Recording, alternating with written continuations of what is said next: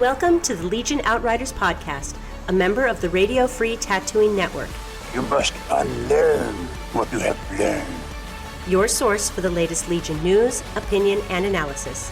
You will never find the more wretched hive of scum and villainy. John Archiquette. Will somebody get this big walking carpet out of my way? Matt Turner. I'm not afraid. And Joshua Gray. You will be. What's going on, Outriders? John and Matt here. Josh, we lost Josh on Thanksgiving, or excuse me, New Year's. Wow. Where have you been? I was in a time warp, and then I guess so. Were you in Wisconsin again? Well, yeah, time warp capital of the universe. It was Thanksgiving 1965. Because literally, when you go back to Wisconsin, you go back to the 60s. I imagine it's like a unfacetious version of like Stranger Things. It's just how things are there. Yeah. There's nothing retro. It just is. So welcome back. It's actually 2019 now. Whoa. Yeah, in the year 2000. Yeah, no Josh with us today, so it's going to be you and I for this first segment. But then he's doing his holiday mandated time with his children. Holiday mandated? Yes. It's, proper prioritization, I guess would be the proper the term for it. No. His kids are more important than we are. Let's be real. I know. Okay, that's fair. But we got Nick Freeman joining us today. Yeah. Which I'm super stoked about because he has all kinds of wonderful insight. He's so filled with knowledge and wisdoms. He is. And, I mean, I'm probably going to... We lured him here under the guise of, hey, let's talk about your awesome new campaign, which I'm excited about. But really, I just want him to have to critique my list for LVO. You monster. I know. I'm going to totally tell him that. I'm going to call you out. Okay. But, no, we've done our own little, practice sessions for LVO. We'll talk about that in just a little bit. Yes, and I've done a 180 on my list yet again. Ooh, okay. Yeah. We'll get into that in a little bit. But first, let's hit him with a little bit of Star Wars news. Matt, what do we got for him? The news is Star Wars. Oh, that's news circa 1977. Yeah. There's not a whole lot out. I mean, it is this season where things are a little slow. We got the little teaser from IG-88 last week. But it looks like the Diego Luna, Cassian Andor, Disney Plus streaming show will start shooting this October. Hey. So only like 9 more months to go, and then they'll start shooting. So hopefully that means that after Mandalorian's done and we're all like already, drooling for the next live action Disney Star Wars movie or show, there we go. We'll have Diego Luna's Cassian Andor show. I don't think they've announced it yet, but I think everybody's expecting K2SO to be in the show, and I hope that Alan Tudyk reprises his role there. I would imagine if you go, out of your way to get Diego Luna, you're going to get Alan Tudyk. Yeah, that makes sense. I think that would be a perfect season 1 cliffhanger. Is he's like breaking out of some Imperial thing or doing, and then he stumbles onto K2SO, and that's like the cliffhanger. It's like boom, next season. I would hope so. I mean, just because, Alan Tudyk is like. It's like sci-fi royalty, right? Yeah, and if we bring Alan Tudyk, there's a chance that we'll get Malcolm Reynolds kind of tribute with... Who's Malcolm Reynolds? Malcolm from Firefly? Oh, okay. They're best buds, didn't you know? I did not know that. Yeah. Cool. Yeah, I mean, that sounds like a cool little possible if he's not too spin-off, busy on the Rookie. Okay. But, yeah. But yeah, so we got that. Nathan Fillion, in case I haven't spelled that out for you. Yeah. There we go, Nathan Fillion. Yeah. Why did you just say that? I know who Nathan Fillion is. I mean, just had to destroy your nerd cred for not knowing who Malcolm Reynolds was. I'm pretty sure my nerd cred is thoroughly destroyed. Thoroughly shot, just like my sports knowledge. Yeah, exactly. Okay, fair enough. But I knew who Nathan Fillion is. Okay, so, I mean, good I deal. at least got that going for me, which is nice. It's very sad that they took him off of the most recent Destiny. He was the voice of one of the main characters, and he is not reprising his role anymore, it seems. Is that a TV show? Destiny, no, it's a computer game. It's, okay. That you play on the computers. Well, there you go. I redeemed my nerd cred for a second, and then it is once again thrown into the gutter. I mean, that's all right. I know Star Wars to an extent. Yay. So we got some games in this past week. I've been hitting hard since you got some game is what's going on. You're on a tear, sir. What are you 4-0 in the last 2 weeks? Yeah, I think so. Yeah, in the last 2 weeks. But I mean, honestly, I attribute a lot of that to Chewie and the awesome synergy. Well, thank you for not doing the sports speak of oh no, it was a team effort. We came out there, played the best we could. And No, for real, like the synergy between Chewie, Han, and Leia, I love it. It's a good list. Good thing Josh isn't here. Oh man. So I got 2 games in after we did the scenario game, and I learned what I was doing wrong with the Wookiee Warriors. Yes, right. We talked about that a little bit. We talked about that last week. Uh-huh. And I revised my plan, added bowcasters, and rethought the way I was using them. And some might say it was highly successful. It was, yeah. It was this week. I played 3 games. I did 2 with you, or 2 with Josh, 1 with you, and I won all 3. But there were some good matchups. Yeah, you did the ill-fated stream last Friday, in which we were crashing every 20 minutes. Cox Cable, you are terrible. Get your stuff together. Shame. You're awful. We changed some network infrastructure. I think we're going to try some War Machine this week, but then we'll be back on Legion again. It seems like it really doesn't like when I play. It's like anybody else. It's funny it's okay. because that's kind of we'll see. Yeah, if we do, we'll do War Machine, and then I'll monitor the network traffic, and then I'll say Legion, and then I'll see if it spikes or something. Or I'll walk by. Yeah, I'll just stop by. It's the static from your beard. It interferes with the tubes of the Ethernet. That's probably what it is. Yeah. But so we got a couple games in, and the first game Josh and I played, I ran basically the same list. What I'm running is Chewie, Han, and Leia. I'm running 3 units of Rebel Troopers, 2 with Z6 and frag grenades. Yep.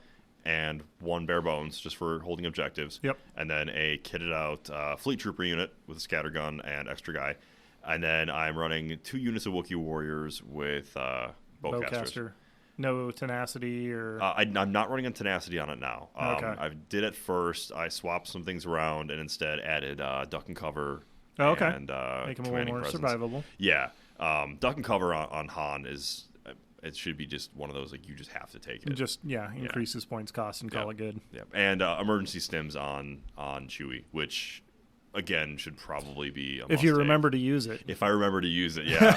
I did forget to use it a few times. But it's a pretty crucial thing, especially when Palpatine gets up nice and close to you and decides to hit you with, like, 4 lightning bolts. Maybe you're waiting for the commander cards from Jar Jar Binks HQ with... his 2-pip takes these backsies and lets you get to go back and reinstate a board state from earlier and remember to use your emergency stims. Yeah, I feel like that's something I probably would need to do right now. 3-pip. Whoops, I did it again. It's bring back the number 2 again, and Is Britney Spears a commander? That was it. That's what I was going for. But the game I played against you, it was a really close game. You brought Vader and Palp. Yeah, it was a close game. Okay, it was a very fun game. I don't know how close it actually was, but it was a lot of fun. Yes, and I had Vader and Palp, a couple of stormtroopers with some DLTs, 1 unit of Royal Guard, and boy, it was fun. Yeah. I had 6 activations, so it was a little harsh, but I got to bubble up with them. I got to play around with pull the strings with Vader and Palp, and Lotus Blossom, freaking Chewbacca to death with lightnings. Yeah, so I underestimated how quickly you could get up the board, and that was my first time playing against Palp, and I'm looking at like Vader and Palp. Vader's got robot legs, and Palp has some Heelys on, some wheelies under his robes. There, he just kind of scoots along. So I'm thinking like, okay, I got a couple turns before they get within range to do anything. Let me get some shots off, and you got there a little faster than I thought. I didn't really have time to faff about, so I was trying to move pretty fast. Yeah, and I concentrated most of my fire into Vader, thinking that he was going to be the bigger threat. I mean, he was a big threat, and I was putting him forward pretty aggressively. You were, and I managed to kill him, but that left a fully unscathed Palp ready to. And now you will die. Mm-hmm. And Chewbacca did, and another Rebel Trooper unit. And I was hoping to go for Han, but you got the drop on me, activated Han, and got him around the corner, so I couldn't get to him. So I had to go for his furry companion. Yes. Yeah. You left my corner of the board smelling like singed Wookiee fur. We'll put it that way. It was gonna stick to his robes. It's just a hassle to clean. And then Leia was just a little bit too far out of range, so I had to settle for the Wookiee and then zapping a couple of your troops nearby. Yeah. I think I cleared out your Z6 unit there, too. Yep, you did. But a lot of fun, but I mean, that was all necessary because you killed Vader the previous turn. I got 2 saber throws with him before I could get him into combat. You just shot him to pieces. But using that, pull the strings to get that second activation, then hilarious fun. Oh, yeah. My. Using Vader, because essentially in that turn you got 2 movements, a saber throw, and then another movement and saber throw. So because of that, talk about action economy. That's three moves and an attack, or 2 attacks in one turn. And it only took like half of my army list. Yeah, nobody said it wasn't expensive, but no, totally worth it. That's seriously some of the most fun I'd had in a long time. Sure, and I think Nick Freeman will probably say, well, you spent too many points for that. There's better value elsewhere. Oh, but sure. Absolutely. It was so much fun. So that was like the game we got in, and then Josh and I got another rematch in, and it was a lot closer. He tweaked some things in his list. He's running 2 snipers, his bikes yet. So he's got some good use out of it. So it's definitely a playable list. Cool. But we'll talk to Nick Freeman a little bit. Playable. High praise indeed, sir. It's very playable. Well, I'm hardly somebody who's going to be, deeming something competitive or not. But so you're just playing it a little cool. You're like, you can play it, sure. Yeah. Maybe it's good, maybe it's not. Who am I to judge? I've played a total of 1 game as the Imperials, so I am not somebody who's going to be, critiquing anyone's list and saying, well, that's not going to play. It's not like you're suggesting double air speeders or something. What? Who would do that? Spoiler alert. Uh-oh. But you said you changed up your list quite a bit, right? Yeah, well, I was focusing kind of on the Royal Guard bomb, and now I've completely dropped all Royal Guards. Really? So I had the 1 unit I was playing with you, and I think the next incarnation of the unit I'm going to play is just taking, Esteemed Leader on a couple of extra stormtroopers. I just needed another couple of activations and, just as many wounds with red armor backing it up, so they're just there to survive and maybe put a couple of points of damage out there, but I just can't afford the Royal Guard with Vader and Palp.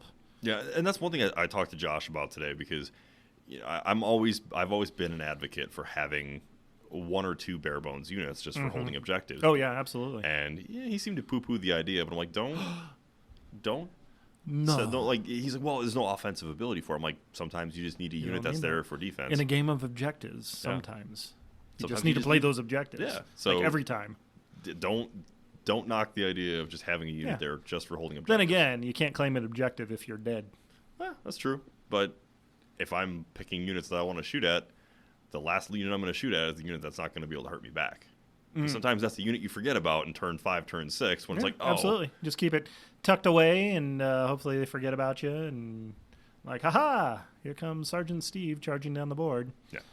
Oh, he's got the supply crate. It's always Sergeant Steve. Yeah, always Sergeant Steve.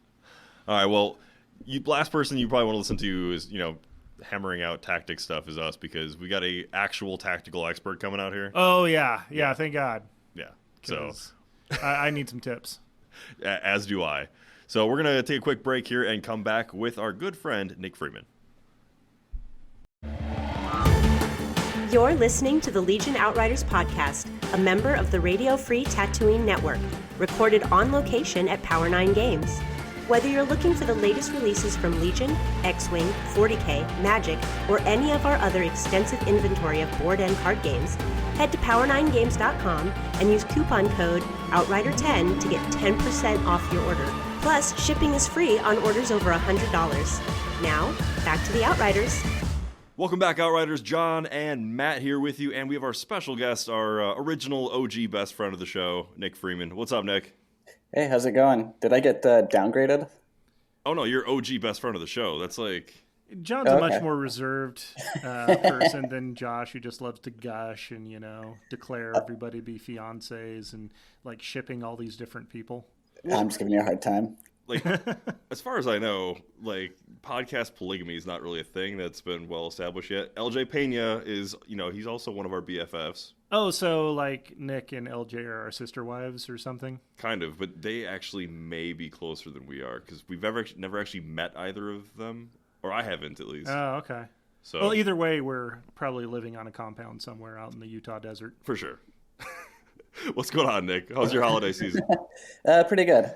Kept it quiet at home. I got a lot of painting done, so that's good. I've been seeing a lot of painting going on. So either A, Christmas was kind of quiet, or B, a lot of people got a lot of minis for Christmas. So yeah, I think a lot of people are getting a lot of new minis, especially with Wookiees. Seeing a lot of new Wookiees out there. Oh yeah. I think it's both really, because I saw a huge social media jump just after Christmas, New Year's. So I think we got a good amount of new players. Yeah, and hopefully some people got some New Year's resolutions of getting some more stuff painted out there. My resolution for this year is to have you paint more of my stuff, John. It's how nice of you. Don't make me a quitter, John. It's all on you. How nice of you to include me in your resolution. I appreciate that, Matt. So, of course, we bring you on the show because, number one, we like you and we enjoy your company, but number two, you are a lot smarter than any of us, probably combined. I don't think that's true. You tend to have a lot more, inside information on, the inner workings of the game and, how to not play like a complete scrub. So, as usual, we want you to share some of that knowledge with us. Outsource that tactical thinking is what we got to do. Yeah. As most people know, we've got LVO coming up, and that's, here in Las Vegas, obviously, that's first and foremost our big premier event. But it's one of the biggest events in tabletop gaming.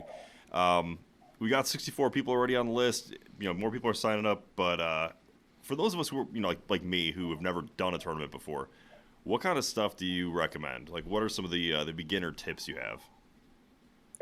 So I have a whole article on this on the Impact X page, but essentially prepare for it the way you would like a college test. Like, get enough sleep, bring snacks, be hydrated, make sure you're eating throughout the day. So get totally wasted the night before, sleep it off for 2 hours, and then show up to the tournament. That's my plan. That's my plan, too. Except if I ever already won a major tournament. The situation, something more helpful and game-specific is I've noticed for other games, most people lock in their list 6 weeks to a month before, and they don't make changes. Mm-hmm. Because the list that you know, practice the list, right? Yeah. But also, ins and outs. the list that you know is better than the list that's good. Is my philosophy. Oh, okay.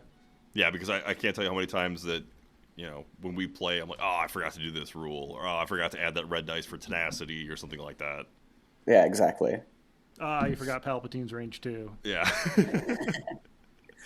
But yeah, that's that right now we're about a month out, so really now is the best time to really lock that list in if you think you've got something. Yeah, definitely. Go ahead. Yeah, I was gonna say, once you have that list locked in, try and play it maybe once a week just to stay fresh with it, and you should be good to go.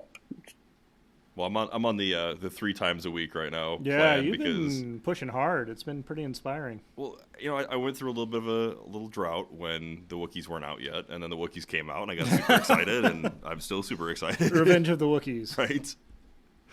But yeah, that's basically. I think I've got my list kind of cemented. But we're still throwing out some ideas, coming up with some new schemes and stuff, trying to anticipate what the meta might look like. I got a list I got to throw out there for you, and I want you just to tell me what you think of it. Throw it back at me if it's stupid, but not too hard. All right, 798 points. We got Leia, Han, Chewie. We've got 3 Rebel troopers, butt naked, and we've got 2 airspeeders.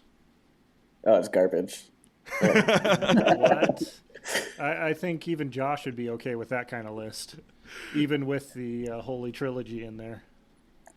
All right, so for real though, like, would something like that just absolutely be awful, or what do you think? Yeah, it would be awful. There's no wiggle room. There's no wiggle room in that one. He is being a Sith in this one, only dealing in absolutes. It will absolutely be awful. So you're saying even the great Nick Freeman could not make this list work? Oh, well, let's not go that crazy. I think I could go 50-50 with something like that in a tournament. Can I throw that down as the challenge? That this is the new 6 snow troopers. You're baiting him. I see. Oh no. No, get out of here. No. Even he has standards. So my personal goal for LVO is to make the cut, and somebody else had mentioned double air speeders, but I realistically don't think I can make the cut with that, so I'm not going to try it. Not at the moment, at least. Yeah. Right. All right, so one of the big reasons we want to bring you on here, besides your tactical knowledge, is you happen to be a really creative dude. And your website, you have the Impact X website and the blog, and you did a series of articles about developing a campaign called Gathering Legions. You want to talk about that just a little bit? Yeah, so one of my personal favorite games ever was this game called Mordheim, which was a Warhammer fantasy game where you kind of build your own warband as you go, and each game, you get experience and you can level guys up and make everything personalized. So this was kind of a throwback to that, where you have, your leader and a couple elite units that you can make your own as you go. And it's not finished. It's in what I'd call like an open beta. I'm still trying to refine things as we go. But you put all the details out there for everyone to look at and kind of play with and give you feedback, right? Most of it, yeah. I think the kind of the more subtle thing people may not realize, but you freaking mathed out like a lot of the abilities and came up with a really balanced rubric for like creating these heroes. We talked about it briefly before, but just all the algebra that I'm sure was going on for that, or even more advanced ones that I don't know the name of. Holy crap, man. How many hours did you spend doing that? 20 minutes napkin. No. It was a solid week, I think. Wow. I'd say somewhere around 30 hours. But I really like it because, like Mordheim, stuff like Necromunda, even Kill Team to an extent, like they have some really cool character development parts to it. And that was one of the things I really wanted to see from Legion when it first came out, was like, I want to see like, a generic commander so I can kind of create my own guy and develop his story. And you really did that with this. I mean, there's even, classes you have, like the heroic officer, the hired gun, the force user. It really leaves a lot for role-playing in it. I think one of my early favorite memories of playing like Mordheim was having a necromancer in my very first game botch his first spellcast and get sucked into the warp. And that was the end. Yep, that'll definitely happen in GW.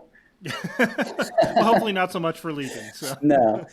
So I like you said, I put a lot of work into making this balanced. So I went through and I reverse engineered all the units in the game to find out how much a specific die is worth, how much a specific ability is worth. And so if you take these classes that I have and you rebuild the existing units, they come within about 10 points of accurate. And the reason is some of those numbers aren't full numbers. Like I figured out that a health point is worth like 5.25 points. Oh, really? Wow. Yeah. So it's not perfect. I rounded everything to be more conservative.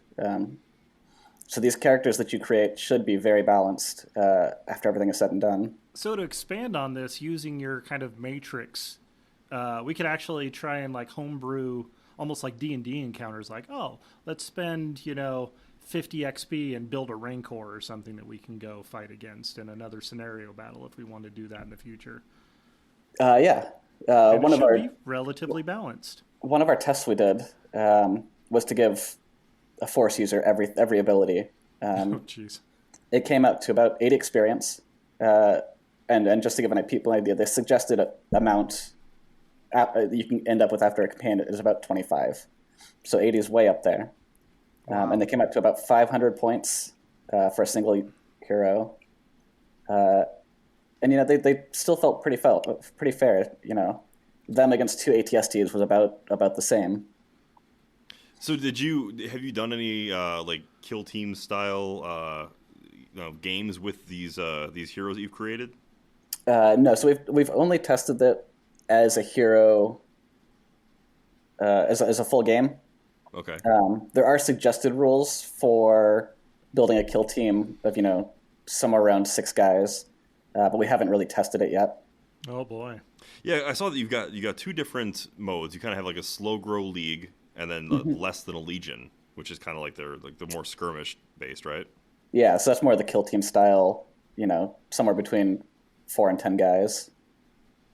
The reason I didn't want to use that as a kind of a main mode for the game is it's a lot to keep track of, and the idea for this in general, and the reason why it's called Gathering Legions, is it's kind of a slow grow, get people hooked on the game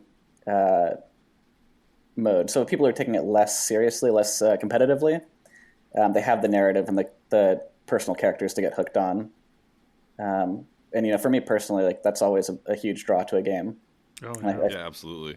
And I think that having that narrative aspect to it really helps set the game up, because the game is definitely still growing, but there is a limited number of units, and for people who, maybe getting fatigue of seeing the same units on the board all the time, having this aspect to it can really, create a new experience for them. Oh, definitely. Yeah. And your dream of a Wookiee Jedi.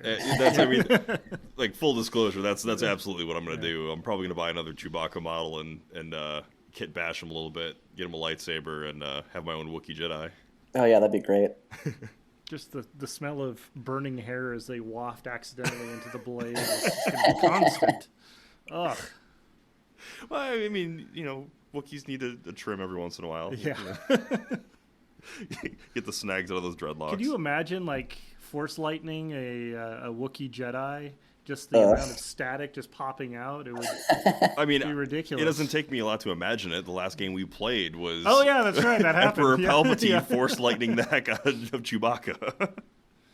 Which brought you way too much pleasure. That was good times. Good times. I was a little concerned about that. Yeah. With LVO coming up, that's like our main focus right now. But we've got a lot of really interesting sets coming out with Jyn, with Krennic, with the Death Troopers. What are some of the things you're really looking forward to? The specialists kind of changed the game up in a big way. Yeah. There's officers I'm a big fan of anything that changes the game without adding too much, or taking existing things and making them different. I guess is a better way to say it. Okay. Because that really allows you to customize what you're doing. You can have, 2 people who have a snowtrooper unit, for example, but having the officer versus something else in the specialist unit makes it totally different in how it functions. And that kind of customization really changes up the meta in a way that I think the game needs right now. What do you think the units like T-47, like you said, that weren't really all that powerful? You heard about people kind of complaining that Luke and Vader are underrepresented right now, which I personally don't agree with. But what kind of things do you think that those units that are underused need to get back into the competitive sphere? I don't know that Luke and Vader are underrepresented right now. I think people are still... There's still new shiny out there to play around with Chewie, and Han is great and all that. You just got choices. There's choices. I think also the less expensive commanders let you take more units, which makes the game a little bit easier. I wouldn't say that the cheaper commanders are better. They're just easier to use, which draws a lot of people. No, go ahead. Oh yeah, but it's just like Luke and Vader. They're high skill cap pieces, similar to like Boba Fett or Palpatine, where you've got to really think about what they're doing. So with Palpatine, I think people are still trying to kind of find where he fits in within the game, like how best to use him and take advantage of the things that he does bring to the table. Obviously, puppet strings for Vaders. That's Obviously. one thing. Yeah. How do you think that you're seeing the best use of Palpatine? He's definitely a control piece. So I think his command cards are under. Oh, his the everything other than the Palpatine bomb is underappreciated at the moment. That seems to be like super low hanging fruit, right? Yeah. Oh yeah. So I think the way I've been seeing him used lately is just as a Palpatine bomb or as a pulling the strings unit.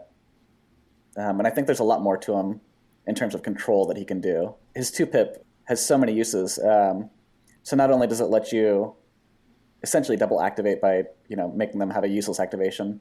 Yeah. But things like it forces you to activate. So something like Reckless Diversion, it can turn off.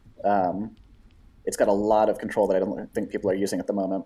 Now, one thing that had kind of come up in a conversation earlier, talking about the Han, Leia, Chewie combination list, was having the 3 heroes or 3 characters. You're going to have to kind of pick and choose what command cards you want to use. And you had brought up whether or not you think that Somebody Needs to Save Our Skins or Notorious Scoundrels was better. What are you leaning towards right now? So I'm still with that card was Given to Your Anger. Yeah, that's right. Given to Your Anger. Yep. Oh yeah. So the Han, Leia, Chewie is what I'm testing lately, and it's really hard to put Chewie's cards in there. They're all great, but I don't think they push out any of Han or Leia or Luke's command cards at the moment. Wow. In a 3-character list at least. Oh, okay, that's fair. So yeah, obviously if you're playing just right. Han and Chewie, you're going to take Chewie's command card. Not even the Leia Chewie one? No. So, well, me personally, I've played the last 3 games this week. I've been running Han, Leia, Chewie. And the Han Chewie one's so good too. I do like the Han Chewie one, Notorious Scoundrels. Yeah. That's the one that lets you bring back one of Han's previously used cards. Yeah. Which, if you have, you need to use your activations right away. You need that Han goes first card. It's kind of nice to be able to bring it back. But yeah, Somebody Needs to Save Our Skins is a really good card. So I don't necessarily know that it's worth replacing it with Notorious Scoundrels. It's a tough decision for sure, and I think Rebels are going to continue having this tough decision because they're going to want more characters than Imperials generally. Yeah, I love tough decisions. I hate the obvious choices. Make me think about it. Make me. No. They've done a good job. Yeah, for sure. And having everyone have the same command hand, like it's kind of nice playing that because your opponent doesn't necessarily know what you're going to play either. Mm-hmm. Right. And that's kind of nice to have that little bit of a mystery that do I have Notorious Scoundrels in my hand? Like, can I bring that 0-pip card back into my hand? You don't know. I mean, because you played against me, but you could change it between rounds. I don't know. True, I could. You could just lie. You could have 9 cards in your command hand. You don't let me count. I mean, if I were a real Han player, I probably would. Maybe a Lando. Keep one up the sleeve. Yeah. Right. But yeah, that's a list that I've been running, and I'm really enjoying playing with them. I think they obviously bring a lot of synergy, Josh's favorite word, to the table. Right. But what do you recommend putting alongside them? So I've been doing the 3 of them with 3 Rebel Trooper units, some Fleet Troopers, and then 2 Wookiee Warriors. Mostly for fluff. Did you invite Nick just to shop your list for LVO? Shh. Pretty much. So abusive. I've been practicing 2 interesting things, I think. So Rebel Troopers with just the extra guy. So no Z6, no grenades, nothing else, just 5 troopers. And then the full commando team with sniper rifle, hunter, and recon intel. And I've been getting pretty good mileage out of both of those. Are you running into any issues with lack of impact? No. So between Han, Leia, and Chewie, they can usually kill an ATRT around. If there's an ATST or something like that, I can usually just avoid it. Yeah. But yeah, the characters surging to crit and Chewie having impact actually punches through armor pretty well. Well, see, my question is, if we are going to see something like somebody bringing like a 3 ATRT list or something like that, I mean, granted, that's not really the meta right now, but not having a lot of range 3 impact, I think kind of hurts. At least with Imperials having the DLT, they're able to get a little bit more mileage from a long distance impact. But that's the only concern that I've had with my list so far with those, because I'm running in my Rebel Trooper units. I'm running Z6s and impact grenades. Okay. I'm sorry, not impact. Frag grenades. Frag, yeah. But I'm a little bit more aggressive, I think.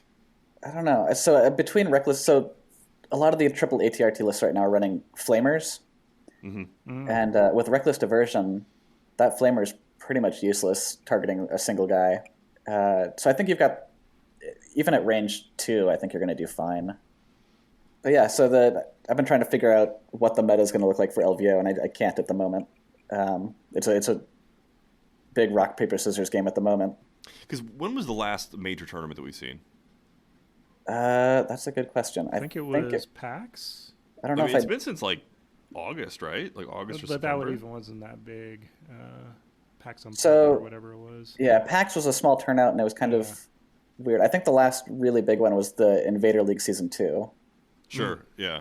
And that was won by Kingsley using a Luke Leia list.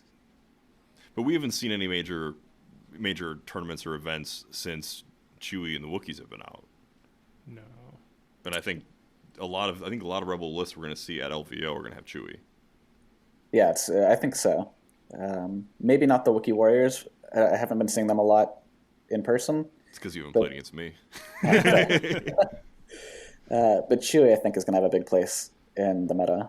Right on. For sure. And honestly, I joke around, but I do think Wookiee Warriors are good. I think having those extra wounds and maybe not having them as a focal point of your army, but I like them. I think they run pretty well. Oh yeah, I think one list or one in your list can do a lot of work. I think they're just competing against such strong other units at the moment.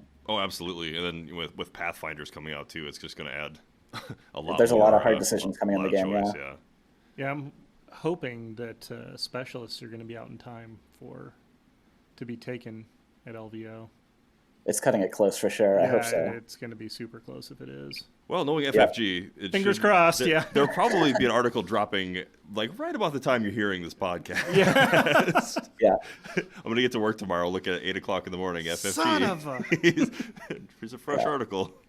I was kind of expecting it today, but tomorrow it could still work.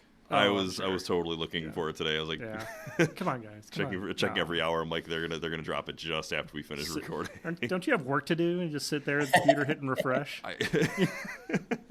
I do, but it's the holidays. Nobody's working. Well, I guess we're done now. So get back to work. Oh man. Well, Nick, is there anything else you want to talk about while we got you here? I mean, I wouldn't mind talking more about the Gathering Legions. Definitely. Just kind of brushed on it. Yeah, sure. But yeah, so like I said, it's in a public beta right now. So I'd really love if people played even just one game or made a character and let me know what they thought. That would be super helpful to me. Not in terms of like points and balance, because I feel like that's pretty well covered, but just thematics and even coming with names for abilities is something I could use help with. You're going to make a Z6 wielding Jedi? Oh, yeah. Really, I want to see those too. Like, people out there, like, make your card, because you got the character card blanks for people to use too, right? Yeah, the templates, yeah. No. So we've actually gotten better now. It's not finished, but we have a interactive website that will build cards using the character sheets now. Oh, baby. Oh, nice. So maybe we'll post a link to that in the show notes. But that's also still kind of a beta. Awesome. Well, yeah, I'm definitely looking forward to using that then, because that saves me Anything from having to makes Photoshop. It easier for me, yeah. Anything that requires me to do less computer work. Yeah, that's great. Yeah, we're definitely looking forward to using that. And yeah, anybody out there who's making characters, share it with us. Throw it up on our Facebook page. Tweet us with it. It's our Instagram page. Let's see some Kit Bash models too to go with it, because I'm really looking forward to seeing that. Oh yeah. That's something that I'm really looking forward to. All the custom models, and then we've talked a lot about the heroes, but also there's a whole customized units section also where you can take existing units and make like Inferno Squadron, for example, or I forget the name of the force using stormtroopers, but yeah. So there's a lot to it that we just touched on. But I'm really looking forward to people's input on it. I think it's what we really need right now. Great. Well, what's the best way that people can get in touch with you and give you their feedback?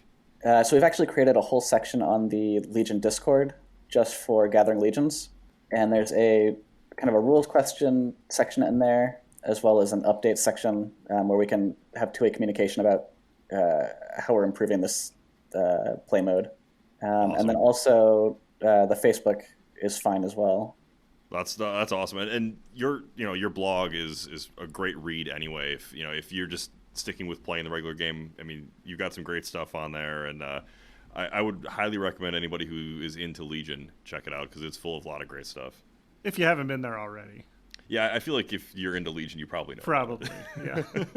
And you got a Patreon set up too, right? What's the Patreon information for that? I do.